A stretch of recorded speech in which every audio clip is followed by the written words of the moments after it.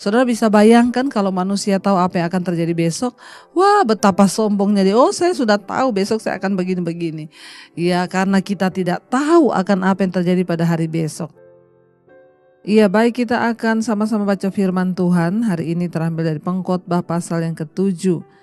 Pengkhotbah pasal yang ke-7 ayat 13 sampai dengan ayat yang ke-14.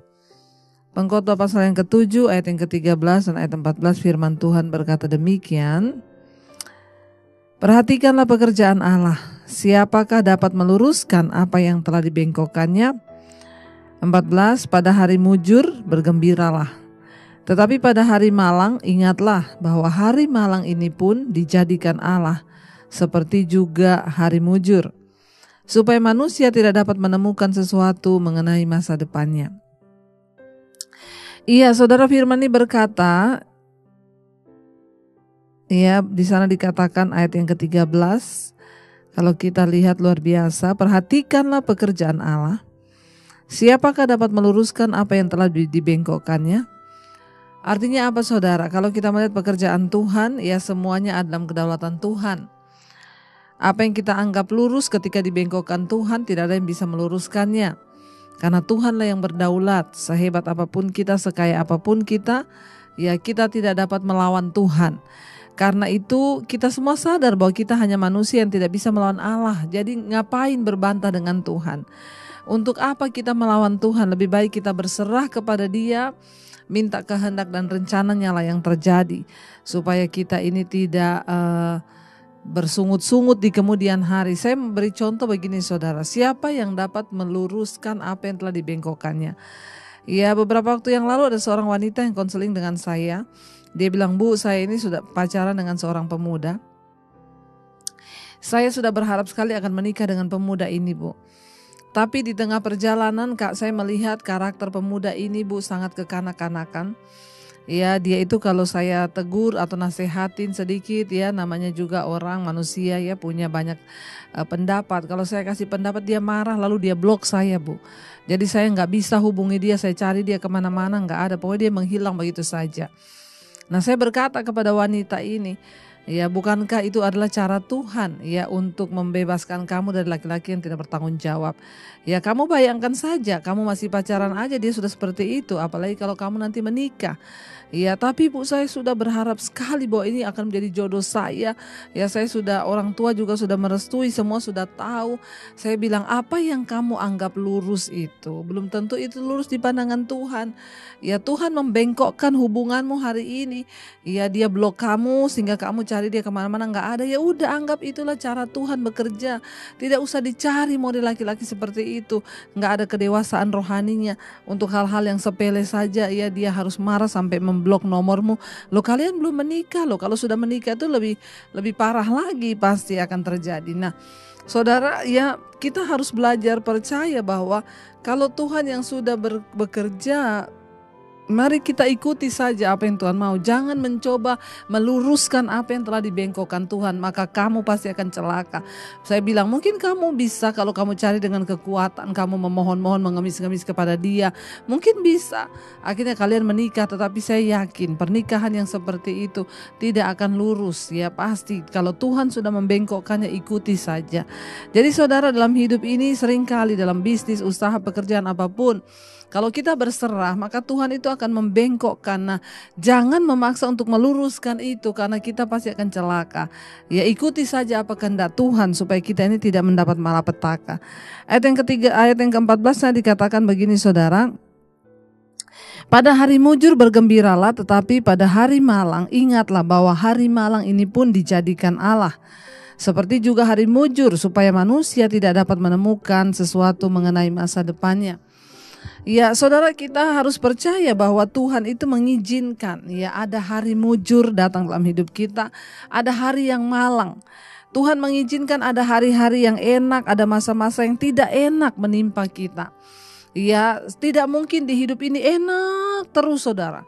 Hidup kok 40 tahun enak terus tuh gak mungkin. Sebaliknya tidak mungkin hidup manusia itu susah terus. Kalau susah terus juga itu ada yang salah. Di dalam mengikut Tuhan itu saudara, ya pasti Tuhan akan mengizinkan ya. Satu saat kita akan mengalami masa-masa yang enak, satu saat kita akan mengalami hari-hari yang buruk. Ya, firman ini berkata di sana saudara, ayat 14, pada hari mujur bergembiralah. Kalau saat ini kita sedang menghadapi banyak kemujuran, banyak berkat Tuhan, bergembiralah pada hari-hari itu. Tetapi ya di sana dikatakan pada hari malang, ingatlah bahwa hari malang ini pun dijadikan Allah seperti juga hari mujur. Tapi bukankah kita tahu dan percaya bahwa Tuhan yang pegang kendali? Ya, hari malang itu pun dijadikan oleh Allah seperti juga halnya hari mujur. Jadi di hidup ini bukan hanya senang terus, tetapi ada waktunya kita nangis. Tidak hanya nangis terus, ada waktunya juga kita tertawa. Tetapi semua hari itu Tuhan yang menjadikannya.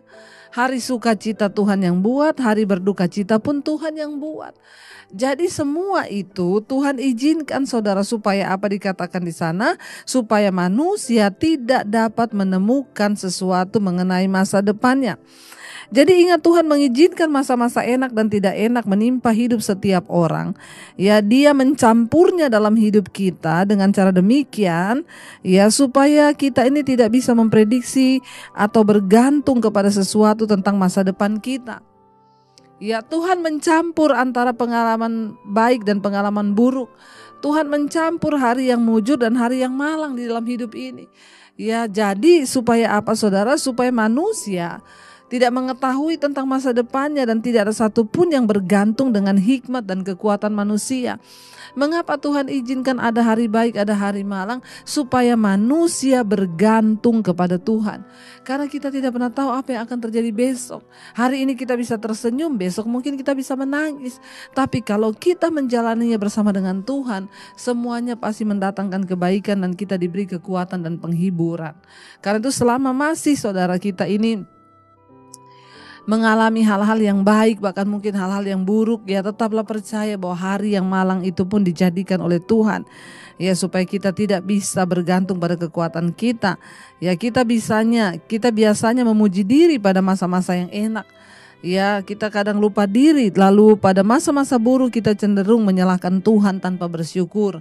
Banyak orang yang menyalahkan Tuhan ketika mengalami masa-masa yang sukar, masa-masa yang buruk. Ya, mereka lupa saudara, bahwa ya semua itu Tuhan jadikan untuk mendatangkan kebaikan bagi kita, ya, kebaikan bagi setiap orang yang mengalaminya saudara. Ketika hidup tampak pasti, ya, dan bisa dikendalikan, jangan biarkan rasa puas diri membuat kita terlalu nyaman.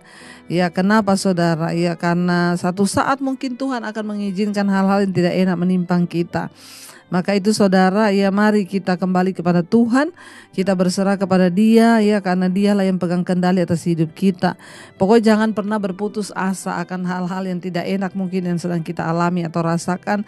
Ya, jangan pernah berputus asa. Mari kita menyadari bahwa dalam hidup ini entah hari baik, hari yang tidak baik, Tuhanlah yang menjadikan semua itu. Supaya apa?